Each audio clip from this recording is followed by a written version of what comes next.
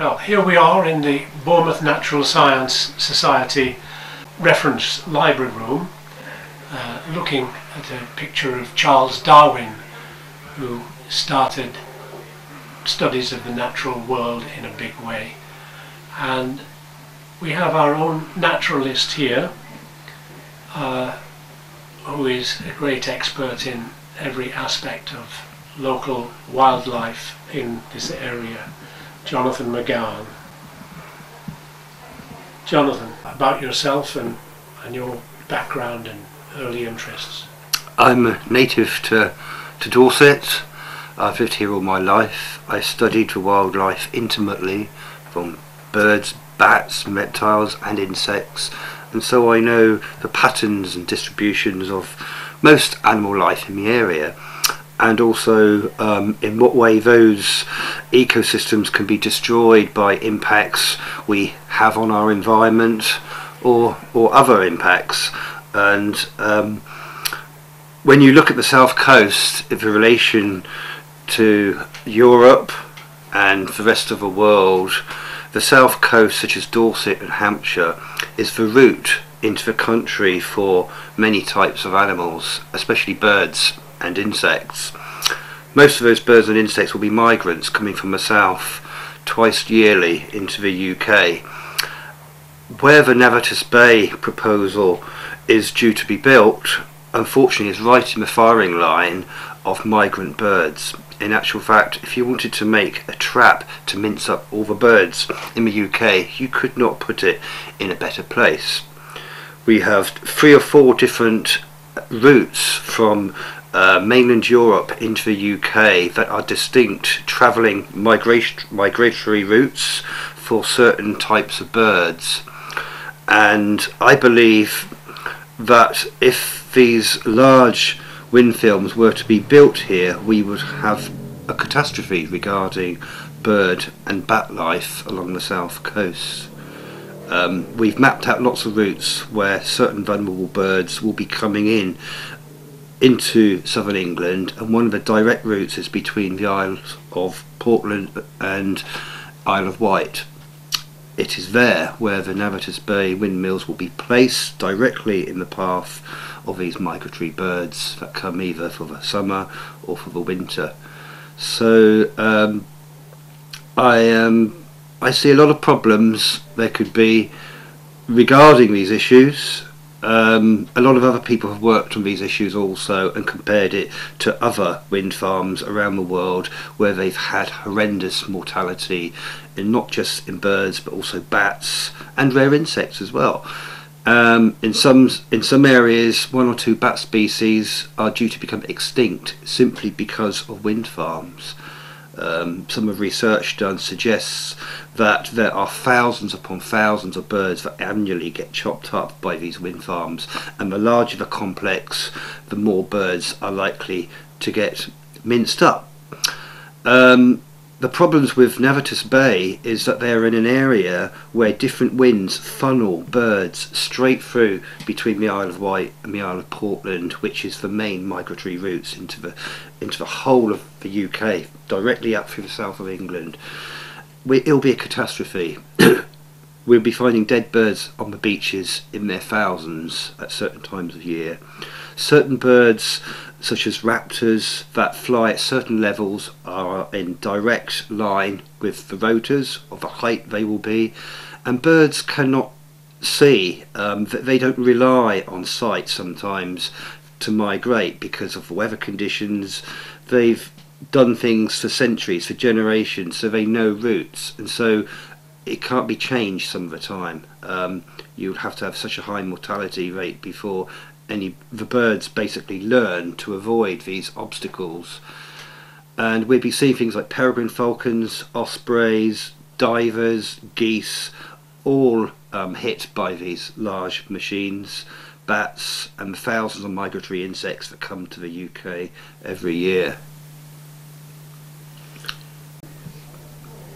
Jonathan, to be blunt about it, are birds more important than people? Is it really worth our while preserving bird life in England? It's very worthwhile preserving all our wildlife in England, especially birds, because birds play an important role in all our lives. They take out millions and millions of insects. If you take birds out of the equation, you get a build-up of mosquitoes, for example. In a warming climate, we might have malaria in years to come. If we do not have those thousands of birds to eat those mosquitoes, we are putting ourselves in jeopardy. That's just one example in many, because there are hundreds of species of birds that eat all the insects that are pests on our crops, that transmit diseases to humankind. And of course, birds are nice. They give us a sense of well-being when we hear songbirds singing, when we see them flying. They are so important, not just for our well-being, but more important for the environment.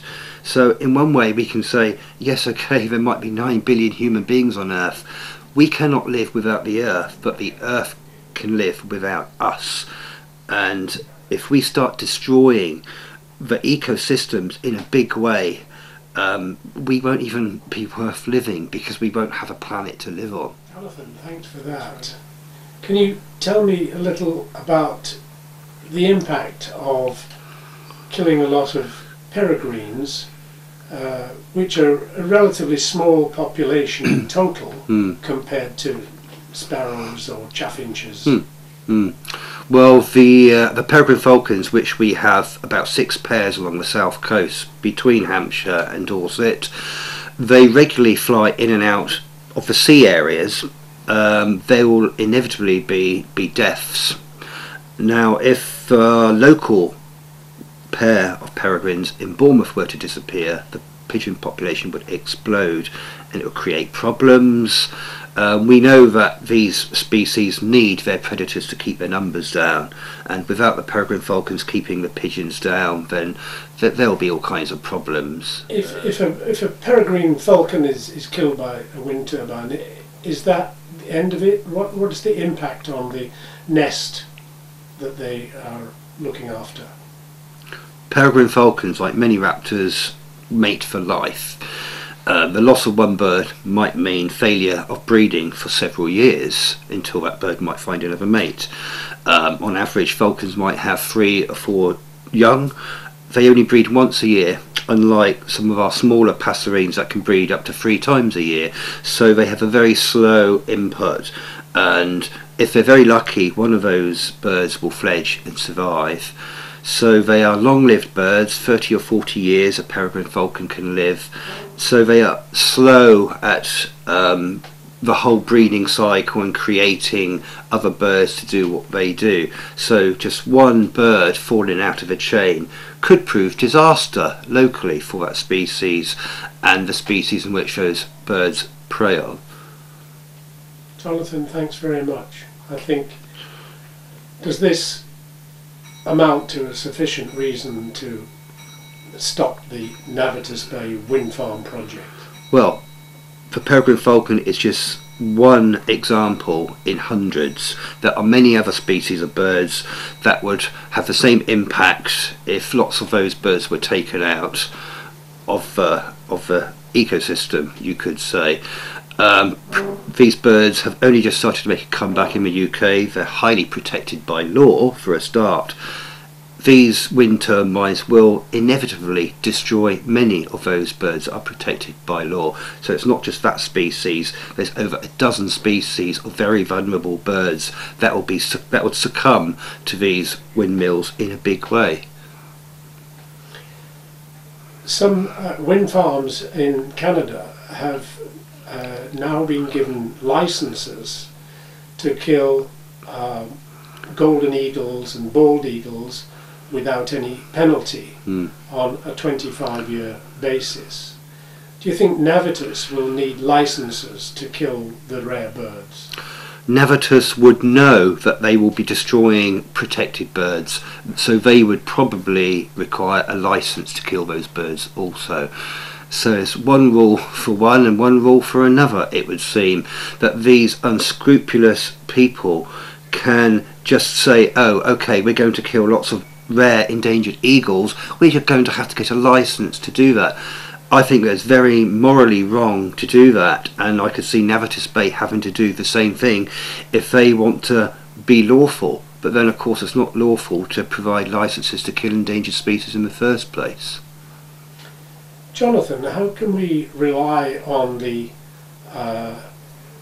people who are supposed to be looking after the welfare of birds, like the Royal Society for Protection of Birds and the British Trust for Ornithology and Dorset Wildlife Trust and others? How are they responding to this assault on the bird populations?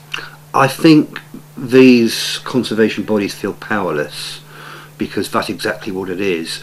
These people who are in charge of these kinds of operations are so powerful with money that they can put their money where their mouth is, and unfortunately these conservation groups feel powerless to do much about it, or they feel that if they do not participate in somehow that they will be given a bad mark, you know, and I think that they really do feel powerless. But I think the majority of them would not like these developments to take place because they know of the destruction. I think maybe they think that added up it might be a good thing, but we know otherwise. Recently the London Array, which is already built in the Thames estuary, which is surrounded by immigrant red divers, for example. Eon Company has refused to extend the wind farm on the basis that it might affect red divers. Yeah, yeah. Is this a noble position, or are they got other motives for not doing the wind farm? They've probably got other motives. Talking about the red-throated divers, Poole Bay in the wintertime is home to probably half of all the red-throated divers of Northern Europe. And they come here and you'll see them between Studland Bay and Bournemouth, directly underneath those massive turbines. That's if they survive, of course. So the proximity to all these red divers, based on the London Array experience, would be another reason for stopping the Navitus Bay wind farm. Certainly, the red-throated diver is a fully protected and rare species. Its numbers are plummeting every year, and with all the problems migrant birds have, there are many types of problems. This problem could be the nail in the coffin for many, many species. We would start to see certain raptors disappearing. We would see geese killed in large numbers, like has been proven in North America, where hundreds of thousands of geese are chopped up every year. Golden eagles, condors, all these rare birds are being destroyed in the name of so-called renewable energy, and I think this is an utter disgrace. And the science is there now. The science completely shows that the destruction to the environment is too many big. of the birds that come through here winter here, but many of them fly far north to do their actual breeding. Now they've got to make their way through a small forest of onshore windmills, which are planned to be increased by another 15 or 20,000 windmills across the UK. Is this going to distress these kind of birds? Certainly so. There's a real problem with small inland windmills at the moment, chopping up birds and bats as it is, and these are just small scale jobs. And of course the migrants that come through the UK are in their thousands. They have to contend with the shooting and the liming in southern Europe. Before they get to us they're exhausted, and of course birds that are on the brink of exhaustion and collapse do not manoeuvre or think properly because they know where they're going. With these huge turbines right in their way, there will be huge problems. We will see breeding birds in Scotland starting to go down, wading bird numbers plummeting, all kinds of bird numbers plummeting that come up via the south coast, such as swallows and swifts and martins, birds that are already having a huge problem due to the pesticides we use in the environment. This project will be another nail in the coffin for many species of birds, without doubt, has been proven in many other parts of the world. And in such a prime conservation area such as Dorset and the New Forest, the Isle of Wight and Isle of Purbeck, we cannot afford to lose any more of our wildlife. Jonathan, there are thousands and thousands of twitchers in this country who enjoy watching birds and looking at birds, photographing them, putting their pictures on Facebook and Twitter. What do you think they could be doing to increase our knowledge of the impact of windmills on birds? I think maybe a lot of these people should get together, because it all comes down to power for people. You know, people power can move mountains, really. I think they need to know of the impacts, and of course many of these statistics have been hidden on purpose because these energy providers do not want people to realise the destruction they do to the environment. Maybe it should be better known just exactly of the impact these kinds of structures have on local wildlife, because it's not just the turbines themselves chopping up birds and insects, it's also the sound, the underwater pollution and all kinds of knock-on effects these devices have for the wildlife in a big way. Even the marine life is undoubtedly disturbed by the sound and electromagnetic fields and all kinds of things from these devices. So it's just the tip of the iceberg, really, of the destruction they can cause. Now, Jonathan, you're a lifelong expert in not just birds, but all the insects and all the marine life and animal life in this area. What do you think the impact on other creatures is of severe reductions in the number of birds doing their job?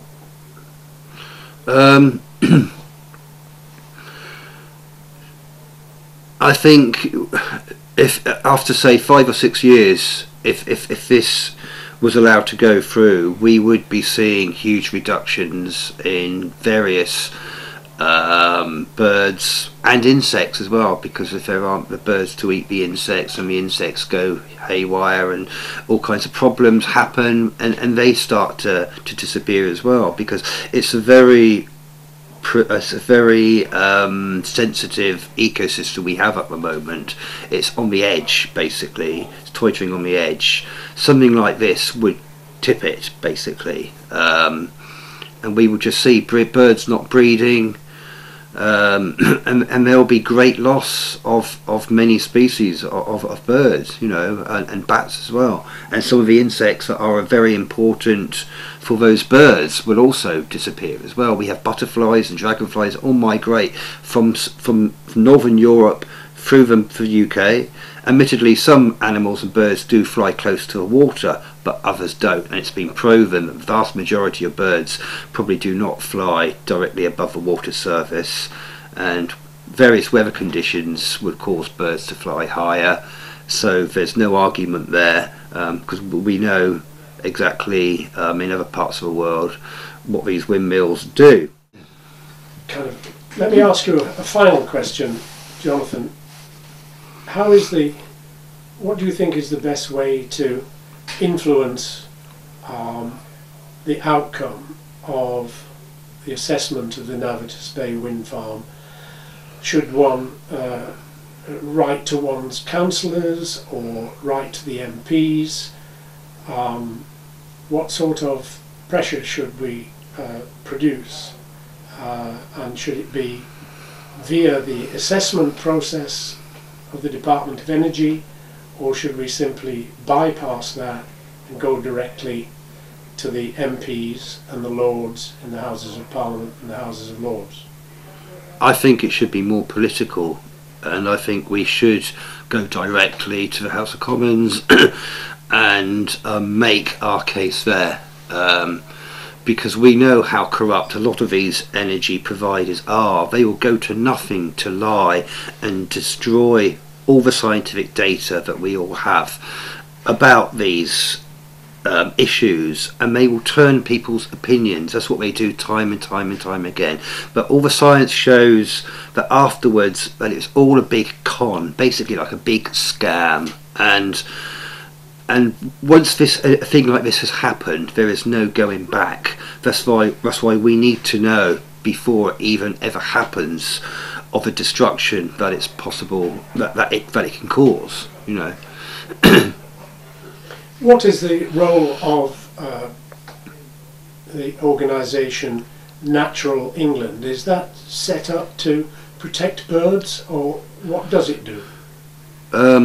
Natural England, basically it's a government department, and in the past maybe they were sort of like more to do with conservation, but more and more now we see corruption in all these local governments, and Natural England themselves are very partial to signing things off for some strange reason and destroying birds and animals because a certain group of people want that. So they've issued lots of licenses for the destruction of cormorants and ravens, birds that were once protected, just because some people's livelihoods depend on that.